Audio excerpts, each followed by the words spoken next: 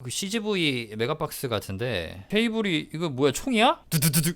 안녕하세요 여러분, 승업입니다. 이번 영상에서는 디그마라는 브랜드의 키보드 한번 리뷰해보도록 하겠습니다. 여기가 인체공학적인 손목이나 뭐 그런 게 편한 그런 키보드를 만드는 업체 같거든요. 다 따서 보여드리도록 하겠습니다.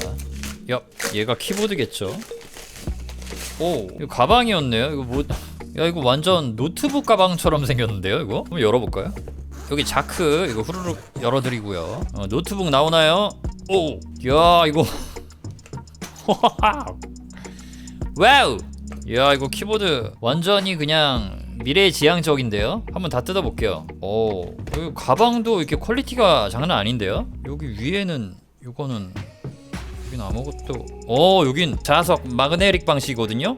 착 하고 붙는 거예요. 자석이에요. 약간의 힘을 줘가지고 팍 띄어내야 되고요.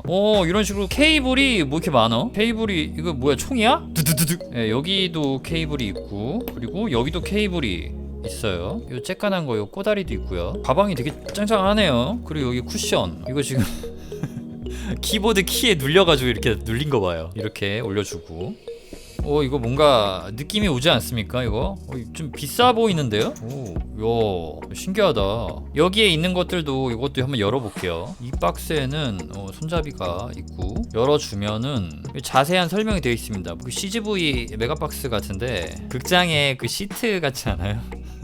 네, 아무튼 요런 거 자세히 보시면은 요게 R4, 그러니까 프로파일 말하는 거예요. 여기 있는 키캡의 높이, 요런 걸 프로파일이라고 그러고요. 요게 R4, 요게 R3, 좀 얇죠. 그 다음에 요게 R2입니다. 필요한 곳에 쓰라고 나온 것 같고요. 엑스트라 키캡이라고 적혀 있네요. 이 박스에는 영어 뭐야 이거? 엔핸스먼 키트, 강화 키트라고 적혀 있네요. 강화 키트. 무엇을 강화할 수 있는지.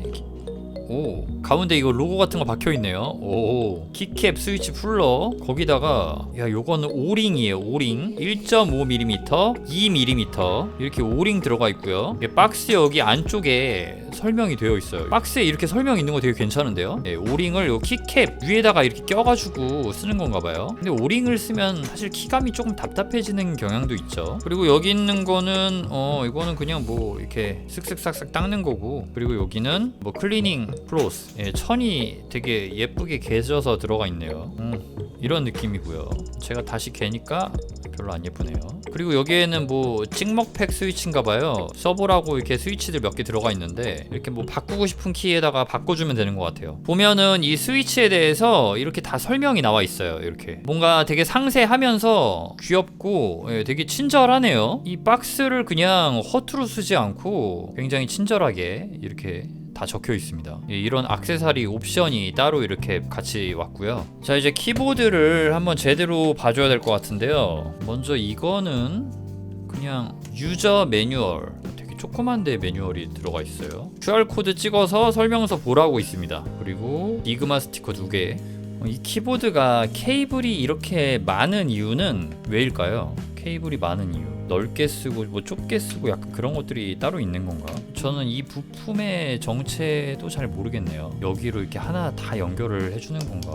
케이블은 일단 치우고 키보드부터 좀 상세히 봐볼게요. 요게 팜레스트잖아요. 이런 식으로 자석으로 붙는 겁니다. 이게 어느 정도 무게감이 좀 있네요. 요거 팜레스트만 무게가 0.1kg, 그러니까 100g 정도 나옵니다. 키보드 하나 자체는 420g, 여기다 이거 올리면은 520g 나오겠죠. 그리고 잘 보면은 이렇게 빗금이 쫙 쳐져 있는 제품이 은색입니다. 은색. 이런 식으로 약간 고급지게 생겼고요. 이렇게 하면은 옆면입니다. 옆면. 여기는 뭐 LED 들어오는 것 같고, 뒷면은 요거 좀 특이하네요. 뭐 이렇게 하고, 뭐지? 이렇게 하고. 저는 이런 거를 처음 써보기 때문에 이게 왜 이렇게 들려? 이렇게도 쓸 수가 있는 거예요? 굉장히 높은데 이렇게도 쓸 수가 있는 건가?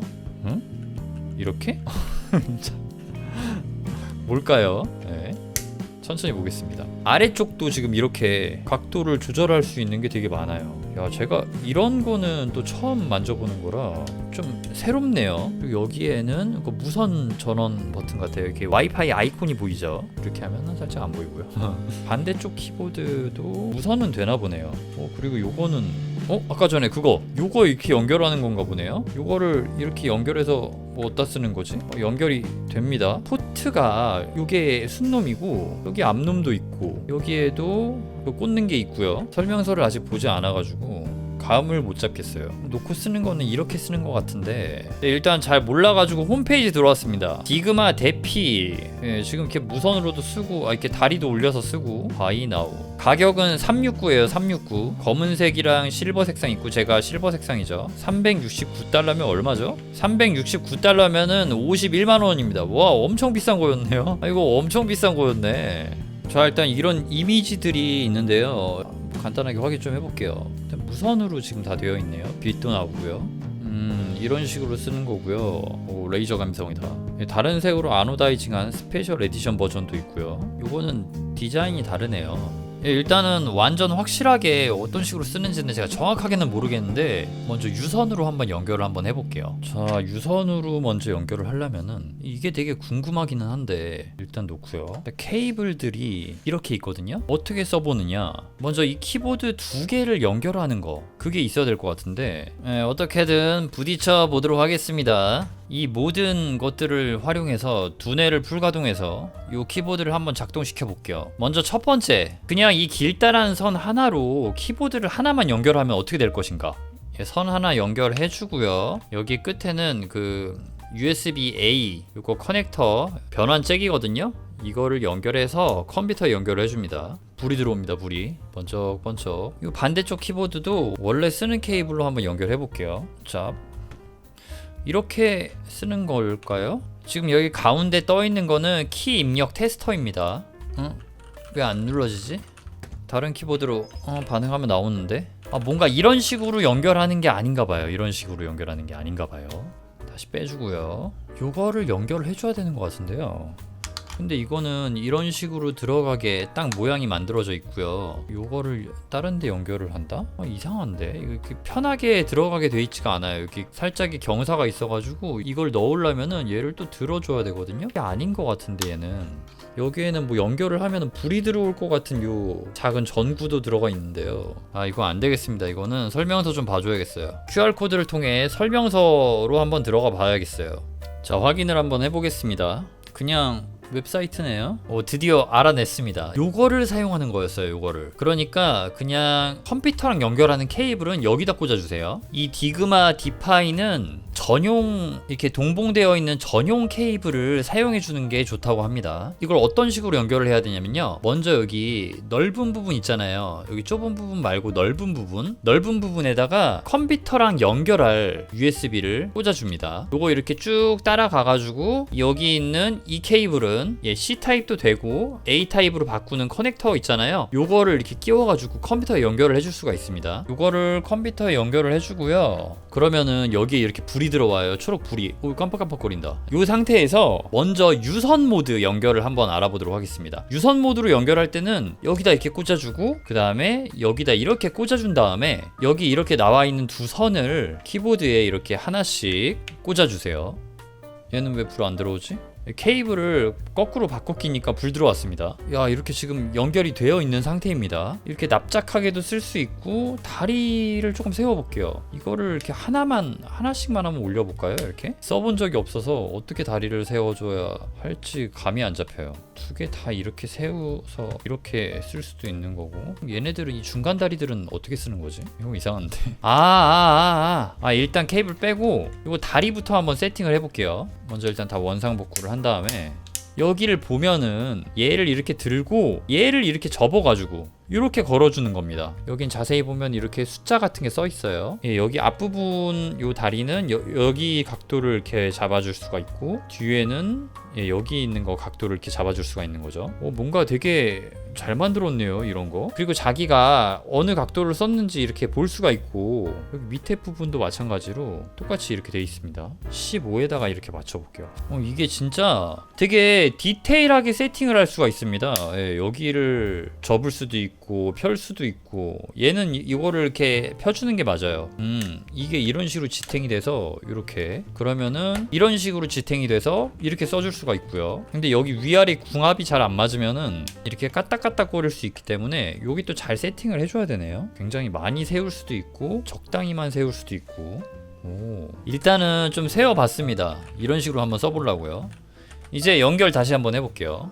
요런 키보드는 제가 잘 써본 적이 없는데 한번 테스트 한번 해볼게요. 지금 화면에 띄워둔 게 키매핑 테스트하는 프로그램이거든요. 이거를 켜가지고 뭐 이런 알파열 같은 건 다 들어올 거고 숫자도 똑같을 건데 이게 백스페이스, 딜리트, 엔터가 뭘까요? 엔터가? 이건 쉬프트고 뭐야?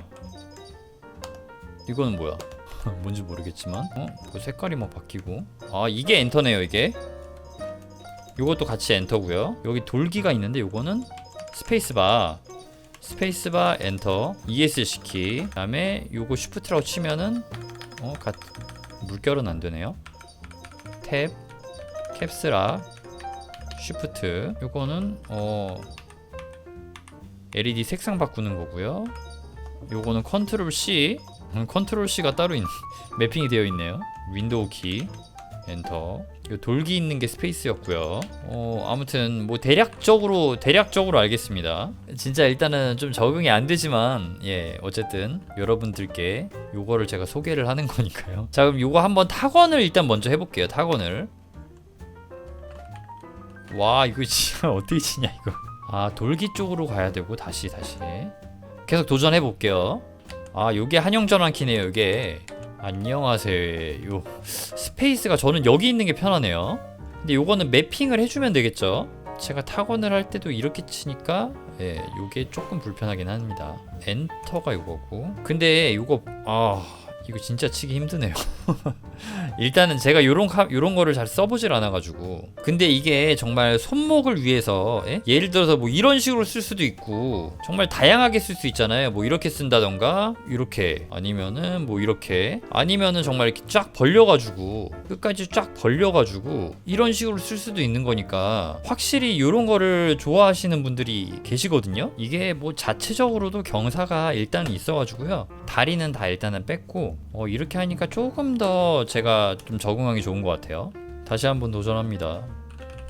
오, 적응된다. 여러분, 근데 이 키보드가 치명적인 단점이 있습니다. 우리가 이렇게 한글로 우유라고 쓸 때 여기에 B가 하나 더 있어야 되는데 B가 이쪽 키에만 있어요. 근데 요거 같은 경우는 여기다가 B키를 세팅을 해가지고 바꿔주면은 또 쓸 수도 있는 겁니다. 이렇게요. 조금 이게 바로 옆에 있어야지 맞긴 한데 지금 U에 요거를 제가 여기서 왼쪽에서 누른단 말이에요. 근데 한국인 같은 경우는 여기서 U자를 누르죠. 이렇고요. 무선 연결 한번 해볼게요.